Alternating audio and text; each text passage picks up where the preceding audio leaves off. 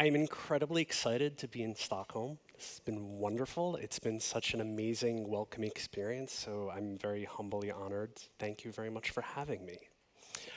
I'm from the US, from a place called New Jersey, which means I talk fast and there's a lot of content.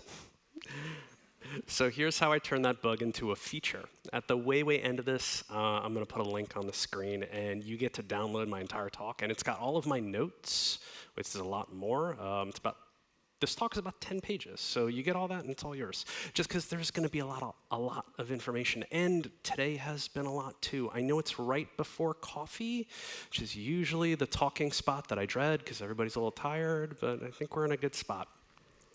So today has been great, because we've been talking a lot about what is going on in the state of design. So this talk is going to be very practical and tactical, and it's going to be about, great, okay, so there's a lot of stuff going on in design, like what do we do with it now, okay?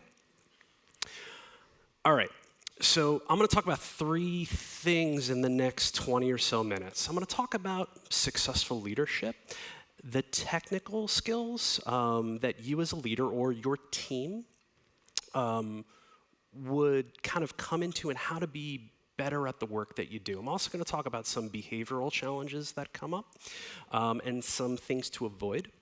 Second bucket I'm going to talk about is the business value of design. We had a lot of chats about this earlier. I'm going to share one of the frameworks that I use most often. There's a bunch of them, but this is the one I go to a lot, and it's applicable for at the smaller project level, but it's also at the big, like, here's how the design function adds value to the business. And the last part is something that we don't talk a lot about as designers, about navigating politics. You know, it's the hard part of our job. And, you know, half of our job is like doing good work, and the other half is really like getting it through complex ecosystems and companies. Like, that's what they are. They're these organic living things that you have to get through. So we're going to talk about those things. Everybody okay with that? All right, good, fantastic. All right, so, no, just kidding. All right. So there's been a lot of talk about what makes a successful leader. So the first thing I want to ask you is, like, well, what do you think that is? You don't have to raise your hands yet, but just like think about, okay, what's the technical skill or what's the quality that makes someone really good at their job? A lot of people say trust, a lot of people say craft. It's a lot of different things. So in decades of management literature and internet scholarship, it kind of comes down to these 4 buckets. One is managing people, the other is managing processes, then it's influence and relationships, and then driving business. Okay. So managing people, that's team building. Are you a leader who can get the right people together to solve a problem? Then there's developing talent. That's coaching, that's mentoring, that's advising, and not just your team, but other parts of the business. There's managing diversity. We all in this room know when you have diverse and inclusive teams, the creative work is just better. And then there's crisis leadership. Last 2 years have been a testament to that. Like, how are you when there are real big problems? How are you as a leader? How does your team show up when there are problems? Then there's conflict management. How do you resolve the issues that happen? Then there is your managing processes, your project management. Are you on time and under budget? Then there's problem solving, and that's like the real problems versus the cosmetic ones. And that's also solving problems on an individual level and at scale, like a global level. Customer focused, that's anticipating needs, responding to demands, and continuous service improvements. UX leaders usually index pretty high on this one. Then we have relationships. So that's your interpersonal skills. Like, are you someone tactful, someone people can talk to? Then relationship building. Like, how are you at building those relationships cross-functionally outside of your team? Persuasion, very much a hard part of our job. Like, how do you get people to do things that they may not want to do? Your negotiation, how do you work with other people to negotiate good things? Consensus building, especially if you're part of a digital company or a lot of the highly mature design organizations. It's really a lot about like building consensus with a lot of disparate groups and bringing them together. Then there's communication. Is it clear? Is it focused? Is it empowering? Is it inspiring? Okay. The last bucket is innovation. That's your change leadership. That's your identifying improvements. We're going to talk a little bit about that later. Visionary leadership as a skill. And that is long-term POV building, like building those point of views and having like the shared vision of what that is. Business acumen, that's your business fundamentals, like managing a P&L and like financial modeling. I personally suck at financial modeling, so I will never be successful at that. But it's something important to know. Then there's always learning. It's commonly referred to as growth mindset. And then there's strategic thinking.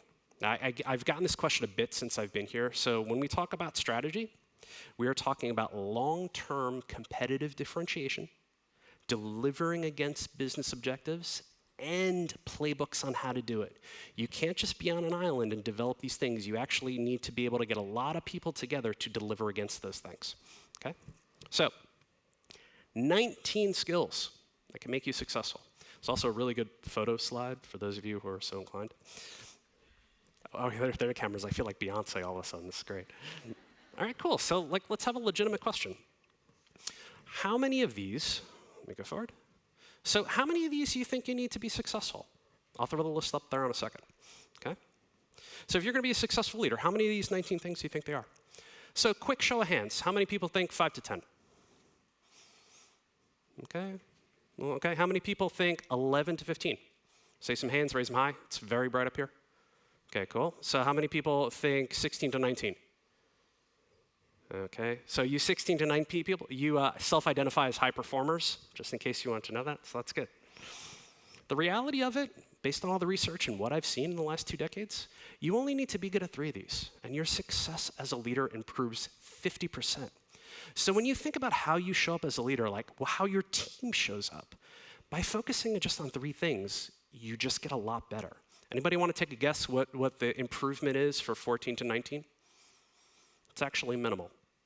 You know, the challenge that happens is that teams, they try to be all things to all people in the company. They want to do the strategy, they want to do the problem solving, they want to do the vision. And when you try to be good at all of these things, you end up being great at nothing.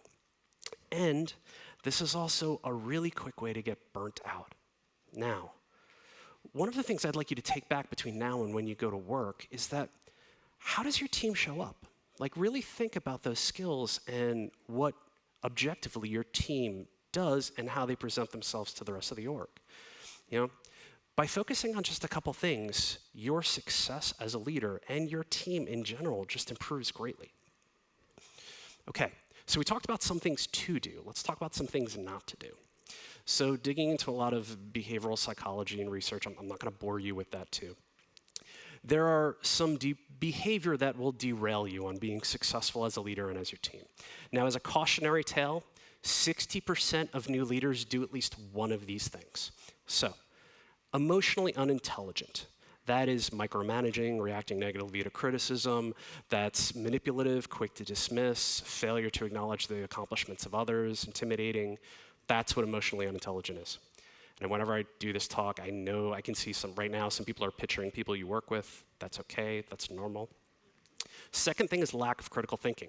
That's too much on the details, jumping to conclusions, easily influenced, or not sharing relevant information. And the last one is this kind of lack of accountability. It's abdication of ownership. So when people say, yeah, it's not my problem, that's another team's problem. Or it's being not aligned to the values of the organization. So just being aware of these things really help you kind of sidestep those traps, how you and your team show up. Now, anybody want to take a quick guess on what the most egregious one is? The one where your success or your team drops by like 32%? It's failure to recognize the accomplishments of others. It's a simple thing and it's easily fixable. But when you do that, when you fail to acknowledge the people who have helped do great design work or put the stuff together, it ends up being pretty bad for you. I've actually seen a lot of people managed out of organizations because of that.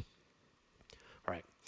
Now, I know I'm going to get this question at some point during the day. It's which is the one skill that makes you the best leader? What's the one thing that makes the team fantastic? There is no answer. There's no golden snitch. There's no silver bullet.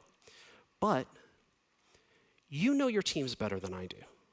So what is the thing that resonated with you the most? And what's one thing that you can try and fix between now and when you go back to work? Something to think about, something to take a note of. Now, anecdotally, the many teams that I've worked with, if your UX maturity, if like the team itself is just kind of starting out, focus on the problem solving. It's a really great place to be.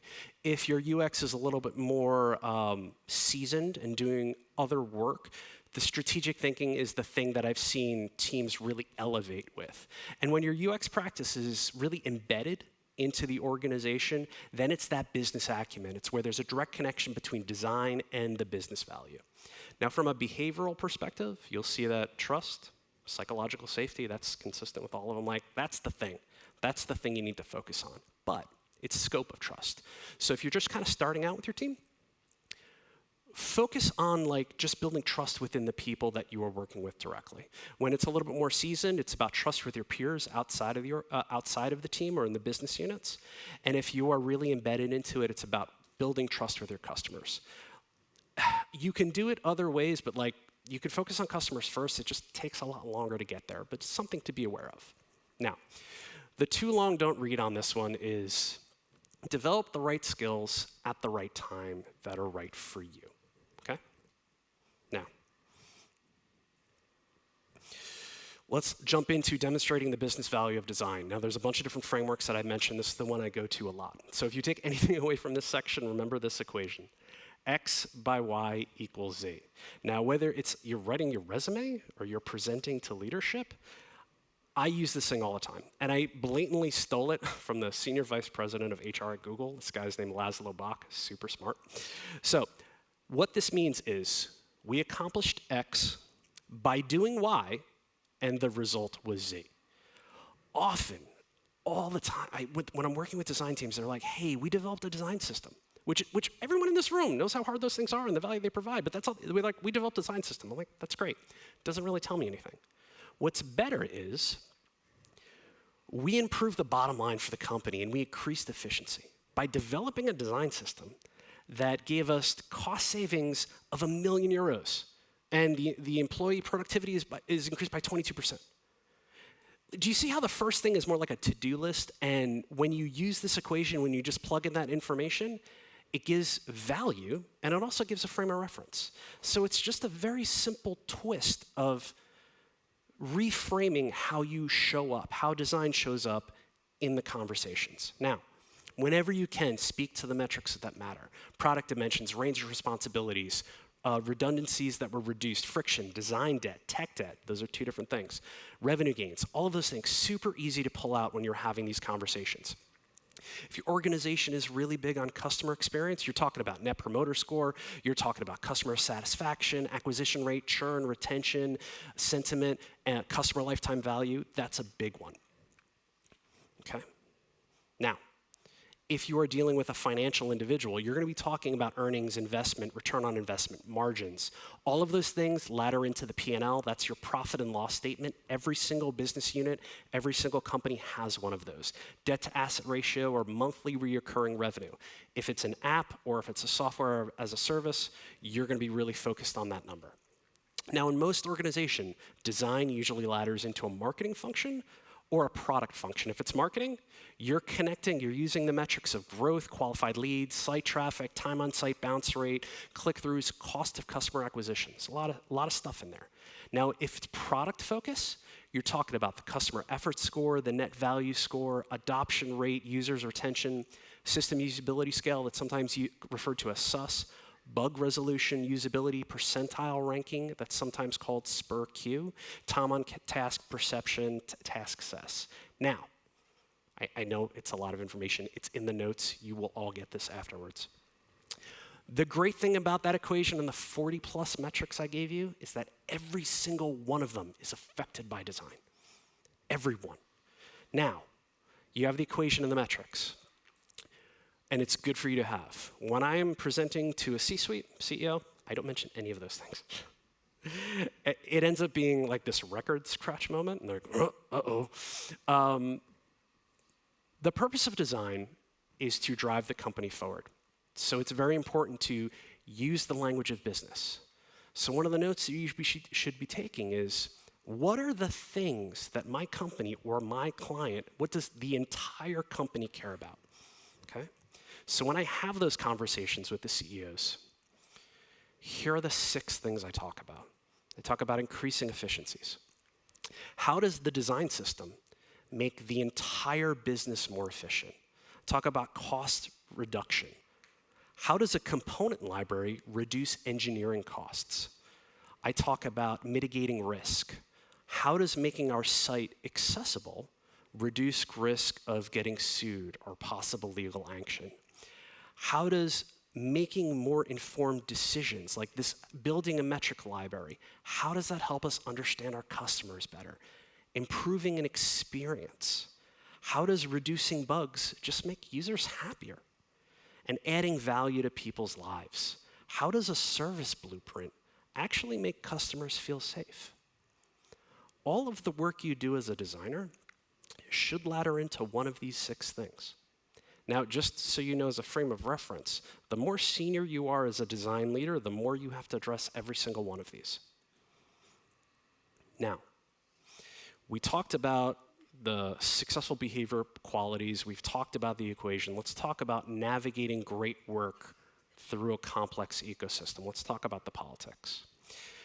So this was actually the first thing I learned at Harvard Business School. It was codified by this guy named Dr. Stephen Cohen. He calls it the WIFIT, the what's in it for them. Now, we've talked a little bit about this today. Successful influence always starts with the other person. It starts there and it ends there. So whenever you're talking about the design, how is this aligned to what their goals are? How is this important to them? Most designers are really shocked that the bulk of my schedule is just spent talking to other people in the company, talking to clients. But while I'm talking to them, I'm getting to understand their problems, their pain points, what their goals and objectives are, how they're delivering to other parts of it. And while they're talking, the only thing I'm doing is thinking about how these design solutions are addressing their problems. Another tactic I use a lot, it's called pre-wiring. Whether you're presenting to your direct boss or a board of directors, nothing should ever come as a surprise. This is like pre-wiring is kind of like the meeting before the meeting. It's where you individually take a key stakeholder through all of the materials in private. Now, this works for a couple different reasons. There's basic behavioral psychology that people who are involved with something will end up supporting it. Another thing is they're gonna add value. Like in some way, shape, or form, they're gonna make the product or the work better. Now, if there are any red flags or if there are any problems, you're gonna be addressing them in private.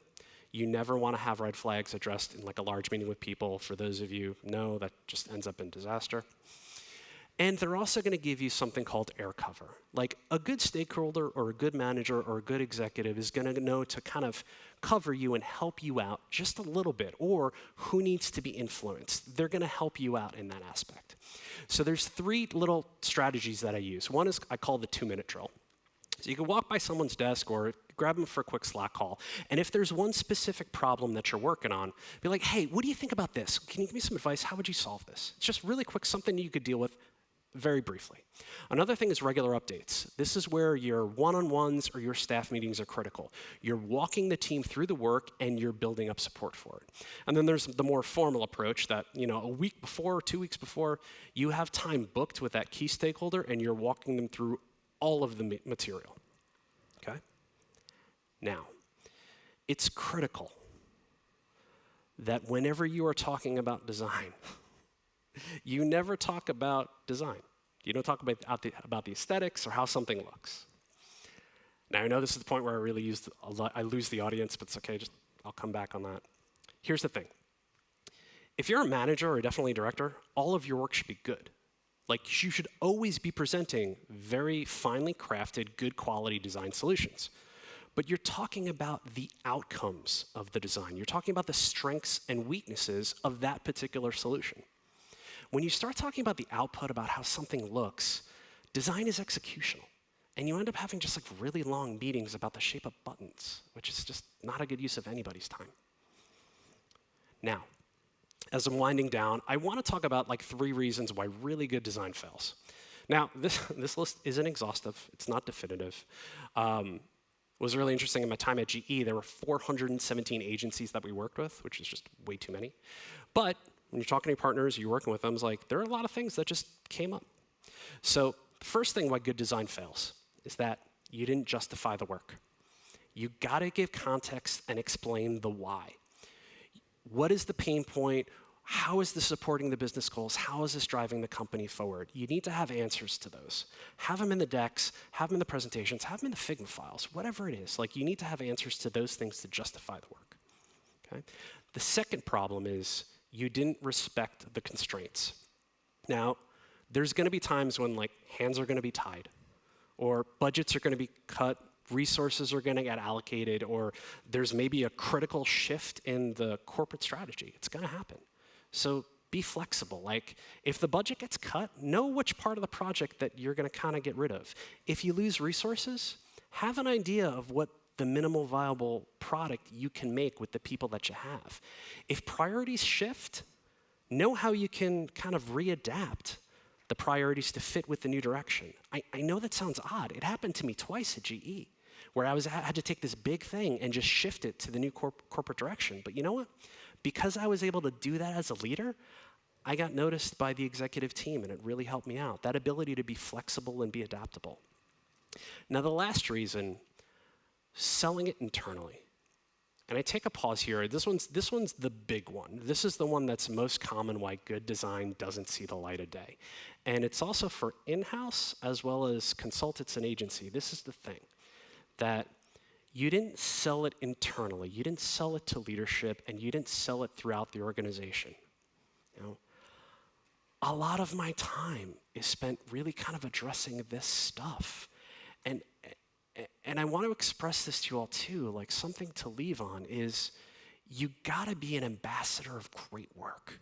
You gotta build those relationships, understand the executives, what their needs are, and you gotta give the stakeholders the tools to just champion the work. You know, no one wakes up in the morning and says, you know what, I'm gonna be a jerk and I'm gonna just say no to all of this design. No one does that. But when you champion the work, and you build those relationships and you give them the tools to work with the design and see the value of it, your job just gets a lot easier. Thank you very much for your time.